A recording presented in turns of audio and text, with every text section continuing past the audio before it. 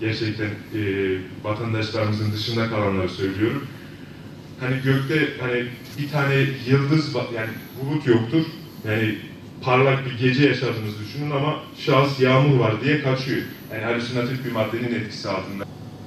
Şimdi bizim için tabii favori ürünümüz maalesef Van'da sıklıkla rastladığımız eroin. Az önce de söyledik, eroinin rengi yani beyaz değildir. Hani ben şu ana kadar beyaz bir kere rastladım. O da hani içerisinde %0,001 kadar diyor. Çünkü burada saflığı bu eroin maddesi işte bir üst teminci işte %60 saflıkta getiriyorsa bunu torbacı aldığı zaman malı biraz daha çoğaltacaktır satışını yapabilmek için. O artık işte İstanbul'da Bağcılar'ın bir tane sokağına inene kadar onun rengi biraz daha açılır. Yani farklı maddelerle karıştırırlar. Rengi biraz daha açılır ama burada yani %98 oranda rastlayabileceğiniz yani rengi şudur. Yani biraz daha açık renk. Yani bu kadar da koyu yani kahverenginde değil de hani biraz daha açık renk yani böyle kahverenginin biraz daha açık tonunda rastlarsınız buna. Şimdi burada da zaten görüyorsunuz yani aklınıza gelebilecek hemen hemen dediğimiz gibi yani tüm kötü özellikler ne varsa onu barındırıyor zaten eroin dediğimiz madde.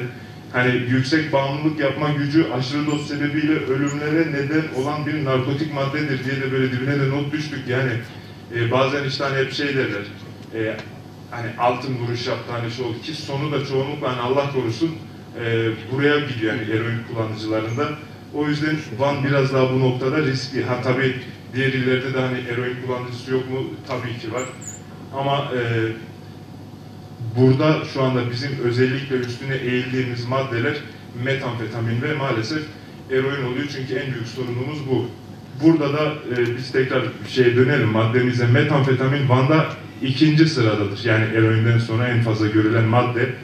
Hani işte o vücutta yaralar, aklınıza gelebilecek işte o dediğimiz gibi internetten yazın met kullanıcılarının işte hani son hali diye. O gördüklerinizin hepsi met kullanıcısıdır. Maalesef Van'da da en fazla yaygın olan 2. madde bu. Ha eroin satmış, ha bunu satmış. Yani burada yetkili yani reçetesiz bunlar satılabilen ilaçlar değil. Yani ben gideyim de işte bir tane reklam olmasın bir ağrı kesici alayım diye girip alabileceğiniz ilaçlar değildir. Yani bu eğer bir şahsın elinde bulunuyorsa ve bunun satışını yapıyorsa yani normal Türk Ceza Kanunu'nun 188. maddesinde ne varsa aynı cezayı alır. Yani bu sentetik ilaçlar da dediğimiz gibi doktor kontrolünde kullanılması gereken ilaçlardır.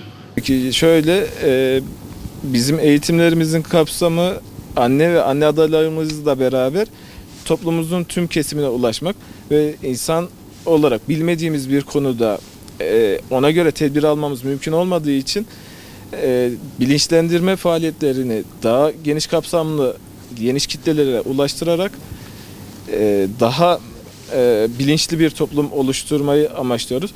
Buradan da anne ve anne adaylarımıza şu an öncelik vererek verdiğimiz eğitimleri toplumumuzun tüm kesimine vermeyi amaçlıyoruz. Ve buradan geri dönüş olarak bilmediği, yanlış bildiği, doğru olarak anımsayıp yanlış bildiği hususları aydınlatıyoruz ve buradan gayet güzel geri dönüşler alıyoruz.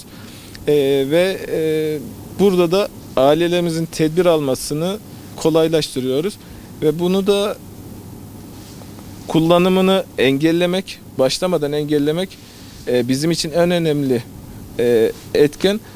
Bunu da yaptığımızı düşünüyoruz ve geri dönüş olarak da olumlu dönütler alıyoruz.